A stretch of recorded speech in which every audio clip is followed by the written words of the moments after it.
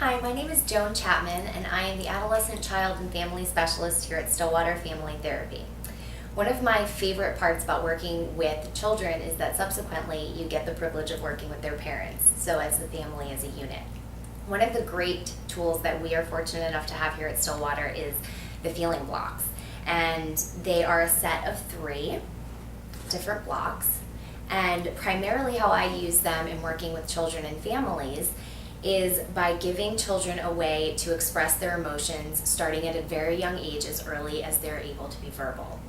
So typically a family will come to us with a request to change their kids' behavior or to communicate better as a family. And where these really help us out is not only for the children to learn to express themselves by saying, "I feel scared." Typically in children, you'll see this in behavior, especially in the early years. You might see facial expressions really strongly, or slamming of the doors when you have teenagers. These blocks really help us to bring that emotional language into the family, and how we really like to use them is by giving them to the children to express themselves and use these, what I like to call surface level blocks, which are faces. And deepen their understanding of what those emotions can actually be. So, for instance, if a child says, "I'm feeling scared," what we can do is give them the blocks and kind of decipher a little bit more deeply, is it scared or is it actually confused? This really helps children to build their emotional vocabulary and, more importantly, to learn how to express that. Another really great part of these blocks is that, believe it or not, we actually use them a great deal with parents.